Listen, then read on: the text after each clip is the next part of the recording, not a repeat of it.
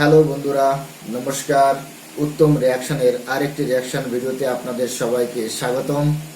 বন্ধুরা, আজ আমি যে ভিডিও আপনাদের সাথে দেখব আর যে ভিডিওতে আজ রিয়াকশন দিতে যাচ্ছি, সেই ভিডিওটি নেওয়া হয়েছে ক্যাটালিস্ট রেকর্ড চ্যানেল থেকে। ভিডিওর টাইটেল হচ্ছে PM Modi is 1000 time better than Shahbaz Sharif, শেষ Pakistani citizen Pakistani public reaction. বন্ধুরা, চ্যানেলে যদি নতুন হয়ে থাকেন তাহলে অবশ্যই চ্যানেলটি সাবস্ক্রাইব করে আমার পাশেই থাকবেন, বেল আইকন অন করে অল করে রাখবেন নেক্সট রিয়াকশন ভিডিওর নোটিফিকেশান পাওয়ার জন্য। অলরেডি যেসব বন্ধুরা চ্যানেলটি সাবস্ক্রাইব করে আমাকে সাপোর্ট করেছেন তাদের প্রতি রইল অসংখ্য ধন্যবাদ। ভিডিওটা ভালো লাগলে একটা লাইক দেবেন, শেয়ার করে আপনার বন্ধুদের দেখার সুযোগ করে দিতে পারেন। কমেন্ট সেকশনে লিখে অবশ্যই জানাতে পারেন আপনারা কোন ভিডিওতে রিয়াকশন চান, আমি চেষ্টা করব সেই ভিডিওতে রিয়াকশন দেওয়ার।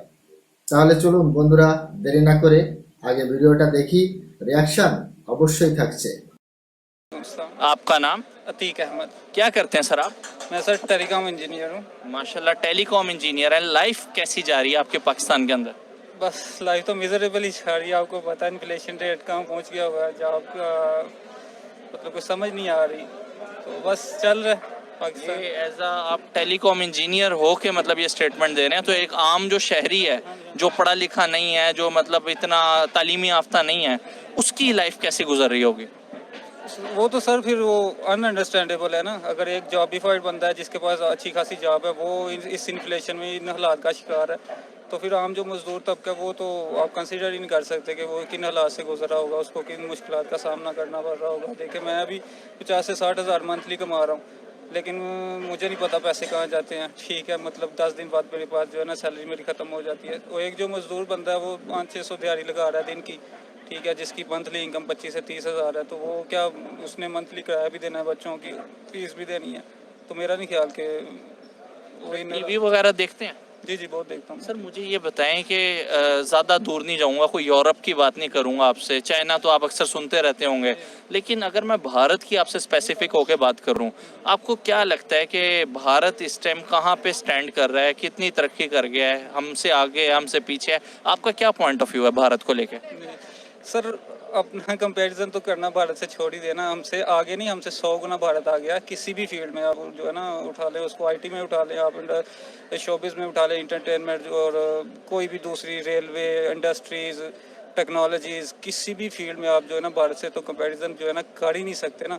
और इसकी बहुत सारी रीज़न है। जो मेन रीज़न मुझे लगती है ना, वो ये है कि उन्होंने प्रायोरिटी अपनी जो है ना आज से 30-40 साल पहले आप अगर देखें ना, तो पाकिस्तान और इंडिया जो है ना दोनों एक ही पॉइंट पे खड़े थे, लेकिन उस पॉइंट से उन्होंने अपनी प्रायोरिटी सेट की, ठीक है, और उन्होंने जो है ना लाइन सेट की और मुल्क को उस जो है ना अच्छी लाइन पे लेके चले। लेकिन हमने अभी तक अपनी प्रायोरिटी सेट नहीं की, ठीक है, जिसकी वजह से वो आगे निकल गए हैं और हम बहुत ज़्यादा पीछे रह गए हैं। सर वजह आपको क्या लगती है? इधर मैं किसी भी एक आम शहरी को रोक के पूछूं तो वो कहता है भारत में गुर्बत बहुत ज़्यादा है, और अगर मैं यहाँ पे पूछूं कि आपका गुजारा हो जाता है, वो कहते हैं यहाँ पे भी मरी जा रहे हैं हम लोग। तो आपको क्या लगता है कि ये चीज़ें रवायती मतलब पुरानी चली आ रही हैं दिमागों में, मतलब या वाकई भारत में गुर्बत है, या भारत अब बदल चुका है? सर, इसका बेस्ट आंसर जो ये है कि परसेंटेज देखेंगे ना हम, ठीक है, कि परसेंटेज कैसी है पाकिस्तान का। पर कैपिटा इनकम पाकिस्तान में कितना है, पर कैपिटा इनकम इंडिया में कितना है। अभी देखें आप, इंडियन करेंसी जो है दुनिया के 18 से 20 ममालिक में जो है ना वो चल रही है, और 22 में आ गई है। 22 में आ गई है, ठीक है। और आपकी पाकिस्तानी करेंसी का ये हाल है कि आपका 75 का नोट आपका अपना दुकानदार नहीं लेता, ठीक है। तो नाइजीरिया, कीनिया और जो करप्ट जो है बैंक करप्ट जो है नेशंस है, उनकी करेंसी आपके ऊपर चली गई है। तो बात ये है कि कंपैरिजन आप करते हैं अगर, तो परसेंटेज देखते हैं कि उनमें गुर्बत कितनी है और पाकिस्तान में गुर्बत कितनी है। लेकिन वो है कि उनकी दूसरी चीज़ें भी देखें ना, कि वो गुर्बत को दूर करने के लिए क्या क्या जो है ना स्टेप ले रहे हैं, और आप क्या ले रहे हैं, ठीक है। वो इंडस्ट्री पे इंडस्ट्री लगा रहे हैं। मेड इन इंडिया जो है उनका बहुत ज़्यादा अभी जो है ना दुनिया में चल रहा है। जैसे मेड इन चाइना था ना, उनका मेड इन इंडिया है, ठीक है। उसकी वजह से इंडिया में उन्होंने पता नहीं कितने 100 चाइनीज़ कंपनी जो है ना उनको बंद कर दिया। उन्होंने बोला हम चीज़ें खुद बनाएंगे, तो वो उनके गुर्बत नो डाउट उधर भी है अभी तक, लेकिन वो उसको दूर करने की कोशिश कर रहे हैं। काफ़ी हद तक दूर कर चुके हैं और आने वाले मज़ीद सालों में वो दूर कर देंगे। लेकिन आपको लगता है वहाँ के पॉलिटिशियंस जो हैं वो ज़्यादा लॉयल हैं? सर, पॉलिटिशियंस तो सारे ऐसे होते हैं लेकिन सर आप देखें पूरे, अगर मैं वजीर आजम की बात करूं, जितना भी भारत के दौरे हुकूमत में रहे हैं, नरेंद्र मोदी जो अभी मौजूदा वजीर आजम हैं, इनके दौरे हुकूमत में रिकॉर्ड ब्रेक मतलब जो है वो डेवलपमेंट हुई है। आपको क्या लगता है कि अगर मैं पाकिस्तान में किसी बंदे से नरेंद्र मोदी की बात करूं तो वो बड़ा हेट दिखाता है, बड़ा अग्रेसिवनेस शो करता है, लेकिन अगर मैं उनसे पूछूं कि शहबाज शरीफ बेहतर है, नरेंद्र मोदी बेहतर है, तो साथ ही वो कह देता है नहीं नहीं नहीं नहीं, वो उनका मोदी बेहतर है, हमारा शहबाज शरीफ बेहतर नहीं है। तो आपको नहीं लगता डुअल पॉलिसी पाकिस्तान में भी है? हम सक्सेस मानते भी हैं और हम इकरार भी नहीं करते कि वो तरक्की कर रहे हैं और नरेंद्र मोदी का हाथ है उसके पीछे। जी सर बिल्कुल, मतलब यही है कि अगर आप किसी का मुकाबला नहीं कर सकते तो उसकी बड़ाई करना शुरू कर दें। ठीक है, अगर आप इंडियन पॉलिटिशियन की बात करते हैं तो एज एन इंडियन वो अपने देश जो है ना मुल्क के साथ वो काफ़ी हद तक जो है ना मुखलस हैं। ठीक है, तो ये बात मुझे पाकिस्तानी पॉलिटिशियन पे जो है ना वो नज़र नहीं आती ज़्यादा। मैं समझता हूँ इसकी ये जो है ना बहुत बड़ी रीज़न चलिए है। आपसे भी मैं पूछ लेता हूँ, शहबाज शरीफ ज़्यादा बेहतर है या नरेंद्र मोदी ज़्यादा बेहतर है? आपका इस पर क्या पॉइंट ऑफ व्यू है? जी सर, जिस तरह से मैं शहबाज शरीफ अभी देखें 2013 में नून लीग की गवर्नमेंट आई थी यहाँ से, अभी 2023 चल रहा है। नरेंद्र मोदी की गवर्नमेंट भी इंडिया में 2013 में आई थी। ठीक है, तो मैं तो डेफिनेटली यही कहूँगा कि नरेंद्र मोदी मतलब 100 टाइम नहीं 1000 टाइम बेटर देन शहबाज शरीफ। मतलब ये आप दिल से कह रहे हैं? कह रहे हैं अपने मुल्क के लिहाज से ना, वैसे वो मुसलमानों के साथ कैसे उनके रिलेशंस हैं, वो किस तरह ट्रीट कर रहे हैं मुसलमान, वो एक अलग बात है। आपने चले अब आपने मौजू छेड़ ही दिया तो थोड़ा सा इस पे भी आ जाएं। एक कॉमन क्वेश्चन यहाँ पे उठाया जाता है कि वहाँ पे मुसलमानों पे बहुत ज़्यादा जुल्म होता है। अगर देखा जाए तो पाकिस्तान में जितने मुसलमानों की तादाद है उससे ज़्यादा मुसलमान जो है वो भारत में रहते हैं। अगर इतना ही जुल्म होता है तो अम्बेसी में क्यों नहीं रिक्वेस्ट आती है उनकी कि पाकिस्तान हम आना चाहते हैं? वो तो बाकायदा कहते हैं कि हमने पाकिस्तान आना है, भला पाकिस्तान की क्या सूरत हाल चल रही है पूरी दुनिया देख नहीं रही? तो मतलब अगर इतना ही जुल्म होता है तो वो क्यों नहीं पाकिस्तान आ रहे?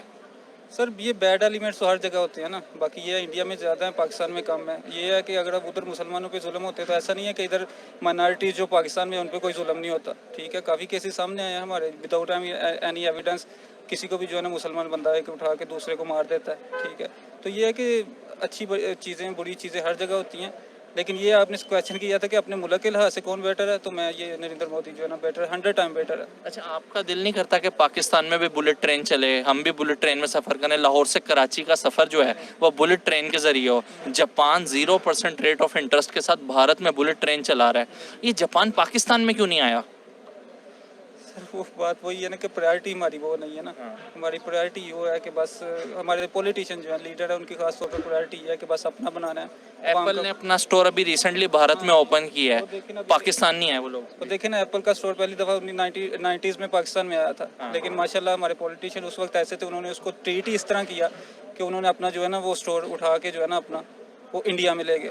19 में অ্যাপেল মোবাইল 19 বন্ধুরা শুনেছেন তো পাকিস্তানের এই বলদ কি বলেছে 19 में অ্যাপেল কি যে মোবাইল ফ্যাক্টরি সেটা পাকিস্তানে ছিল কিন্তু পাকিস্তানের যে টিটি তার জন্য অ্যাপেলস কি সেই সম্পূর্ণ ফ্যাক্টরিটা সেই ফ্যাক্টরি যদি পাকিস্তান ছেড়ে ভারতে চলে আসে এরকম কোনো সংবাদ আপনাদের যদি জানা থাকে তাহলে অবশ্যই কমেন্ট সেকশনে লিখে আমাকে অবশ্যই জানাবেন কারণ আমার তো নলেজে নাই আমি তো একদমই বুঝতে পারছি না কি বলছে এই বলটা इंडियन जो है उन्होंने अच्छा ट्रीट किया उनको, मतलब आप हाथों पे उठा लिया। ठीक है, तो उधर अपने स्टूडेंट जो है उनको इंटर्नशिप करवाई, जॉब्स करवाई। आज आप देखें दुनिया में जितनी भी बड़ी कंपनीज़ हैं उनके CEO वाइस प्रेसिडेंट जितने भी हैं उनमें से দোস্ত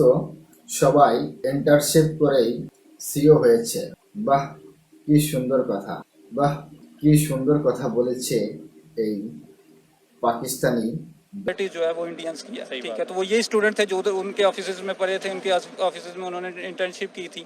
तो बस यही है प्रायोरिटी उन्होंने सेट की थी। आपको लगता है एजुकेशन सिस्टम उनका इतना स्ट्रॉन्ग है, इसी वजह से बहुत सारे साइंटिस्ट जो है, इसरो डिपार्टमेंट उनका है स्पेस प्रोग्राम का, उसमें काम कर रहे हैं, नासा के अंदर काम कर रहे हैं? और स्पेस प्रोग्राम को किस तरीके से देखते हैं आप भारत के? जी सर बिल्कुल, स्टडी एजुकेशन में तो इंडिया का कोई मुकाबला ही नहीं है ना। इंडिया की 350 सैटेलाइट अब तक लॉन्च कर चुके हैं। ठीक है, इंडिया की आईटी ट्रेड आईटी एक्सपोर्ट जो है वो देखे। अब मैं एक मिसाल लेता हूँ कि इंडिया का जो सारे स्टूडेंट की बात नहीं कर रहा, एक जो ब्रिलियंट इंडिया का अच्छा स्टूडेंट है ना, वो ग्रेजुएट होने से पहले मार्केट से 100 करोड़ 200 करोड़ 500 करोड़ की जो है ना वो इन्वेस्टमेंट ले के निकलता है अपने स्टार्टअप के लिए। ठीक है, उस स्टार्टअप से वो मल्टी मिलियन डॉलर कंपनीज बनाता है अपनी, और वो इंडियन स्टूडेंट्स ने बनाई है। लेकिन उसके कंपैरिजन में अगर आप पाकिस्तानी स्टूडेंट को देखें तो पाकिस्तानी स्टूडेंट जो है उसकी माशाल्लाह सबसे बड़ी लाइफ की अचीवमेंट जो है ना वो CSS होती है कि मैं CSS कर लूँ, वीगो डाला मेरे नीचे आ जाए, तो बस यही होगा। लेकिन इंडियन ऐसा नहीं सोचते, इंडियन IT में बहुत आगे हैं, एजुकेशन में बहुत आगे हैं, स्पेस प्रोग्राम में इस कितना प्रोग्राम में बहुत ज़्यादा आगे हैं। ठीक है, पाकिस्तान बस मजाक ही उड़ा सकते हैं हम, मीम ही बना सकते हैं उन पे। ठीक है, मतलब एक उनका प्रोजेक्ट फ्लॉप क्या हो गया था तो यहाँ पे हाँ चंद्रयान उनका फ्लॉप हुआ है तो पाकिस्तानियों ने मीम बनाना शुरू कर दी, चले वो फ्लॉप हुआ है, दूसरा बनाएंगे, तीसरा बनाएंगे। ठीक है, एलन मस्क ने भी ऐसा किया था ना। ठीक है, वो बैंकरप्ट हो गया था, फिर उसका जाके जो है ना स्पेस प्रोग्राम सक्सेसफुल हुआ। यही वजह है कि हम मजाक उड़ाते हैं तो पूरी दुनिया में हमारा मजाक बनता है। वही ना, मैंने स्टार्ट में आपको बात की कि तमस्कर उड़ाते हैं हम। ठीक है, किसी का मुकाबला ना कर सकते, या तो उसको हेट करना शुरू कर दें या उसका मजाक उड़ाना शुरू कर दें, इसके अलावा कोई कुछ नहीं कर सकते हम। পাকিস্তানের সূচনা মন্ত্রী 2022-এ বলেছিলেন যে স্পেসে মানুষ পাঠাবেন।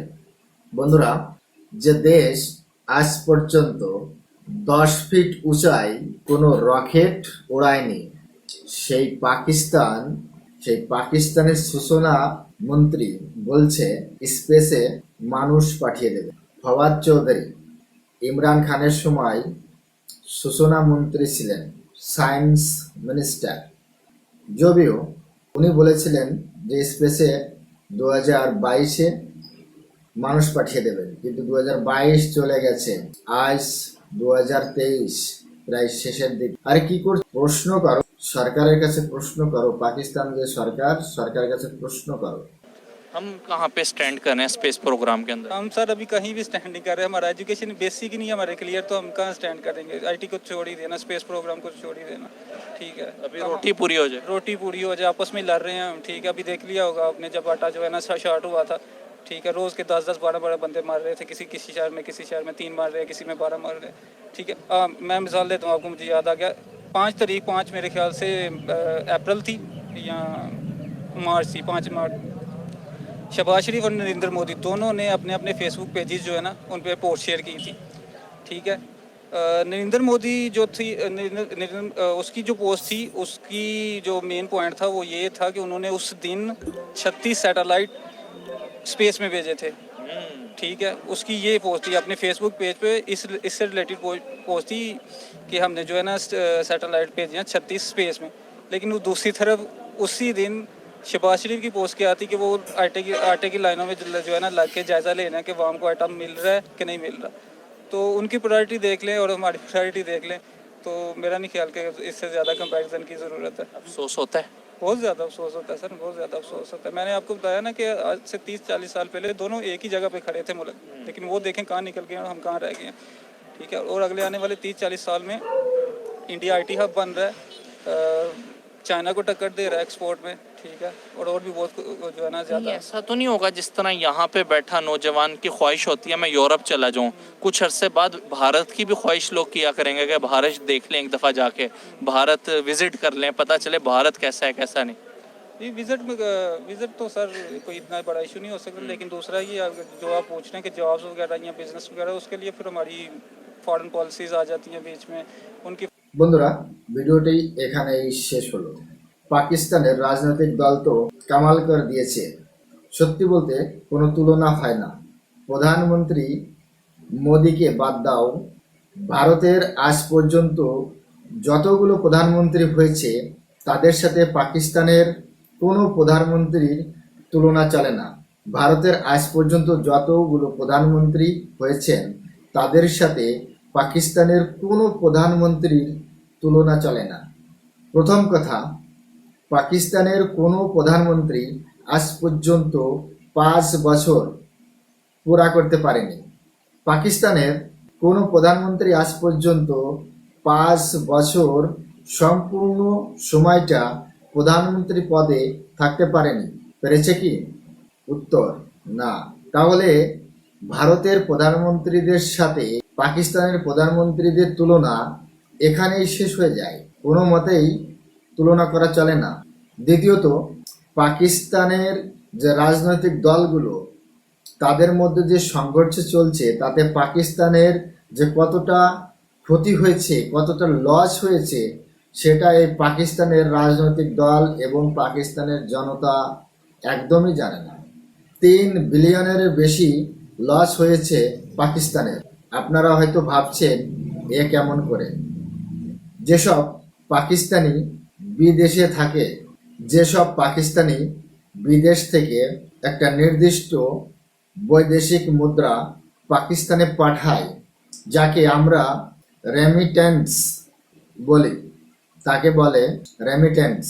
এবার অনেক কম পাঠিয়েছে বৈদেশিক মুদ্রা। গতবারের তুলনায় সবা $3 বিলিয়ন পাকিস্তানের লস হলো। বুঝতে পেরেছেন? শুধুমাত্র এই রাজনৈতিক সংঘর্ষের জন্য। তাহলে আপনারা ভাবুন তো পাকিস্তানের কতটা ক্ষতি হয়েছে। কিন্তু পাকিস্তান $1 বিলিয়ন জন্য IMF এর নিকট, বন্ধুরা, আইটি হাব আমরা হয়েছি, সফটওয়্যার হাউস আমরা হয়েছি, ডেভেলপমেন্ট করেছি। আইটি হাব, সফটওয়্যার, বন্ধুরা, সফটওয়্যার ডেভেলপমেন্ট 10টি দেশের মধ্যে ভারত কোথায়, পাকিস্তান কোথায়, বাংলাদেশ কোথায়? প্রতি ঘন্টায় কোন দেশ কত ইনকাম করছে, কত ডলার ইনকাম করছে সেটাও, প্রতি ঘন্টায় রিস্ক কত ইনকাম করছে আপনারা জানেন কি? নম্বর 1-এ তো চায়না $7 মিলিয়ন 18 to $14 ইনকাম করছে। 5 মিলিয়ন সংখ্যা নিয়ে ইন্ডিয়া দ্বিতীয় স্থানে আছে। ইনকাম চায়নার বরাবরই করছে 18 to 40 চায়না সংখ্যার দিক থেকে আগে আছে, কিন্তু ইনকামের দিক দিয়ে একদম চায়নার ইন্ডিয়া বরাবর। তবে এখানে পাকিস্তানের কোনো নামগন্ধও নেই। বাকি সব তো বাদ দেওয়াই ভালো। Road infrastructure, railway, civil aviation, কোনো দিক দিয়েই পাকিস্তান ভারতের আশপাশেও নেই। ইন্ডাস্ট্রি, ট্যুরিজম, ম্যানুফ্যাকচারিং, এডুকেশন, কোনো জায়গায় পাকিস্তান ভারতের পাশে টিকতে পারে না। কোনো তুলনায় হয় না পাকিস্তান আর ভারতের। ভারত, বন্ধুরা, চ্যানেলে আপনারা যদি নতুন হয়ে থাকেন তাহলে চ্যানেলটি সাবস্ক্রাইব করে আমার পাশেই থাকবেন, বেল আইকন অন করে অল করে রাখবেন নেক্সট রিয়াকশন ভিডিও নোটিফিকেশন পাওয়ার জন্য। অলরেডি যেসব বন্ধুরা চ্যানেলটি সাবস্ক্রাইব করেছেন তাদের প্রতি রইল অসংখ্য ধন্যবাদ। ভিডিওটি ভালো লাগলে একটা লাইক করবেন, শেয়ার করে আপনার বন্ধুদের দেখার সুযোগ করে দিতে পারেন। কমেন্ট সেকশনে লিখে অবশ্যই জানাতে পারেন আপনারা কোন ভিডিওতে রিয়াকশন চান। আমি চেষ্টা করবো সেই ভিডিওতে রিয়াকশন দেওয়ার। আর সবাই ভালো থাকুন, সুস্থ থাকুন। আবার দেখা হচ্ছে নেক্সট কোনো রিয়াকশন ভিডিওতে। নমস্কার।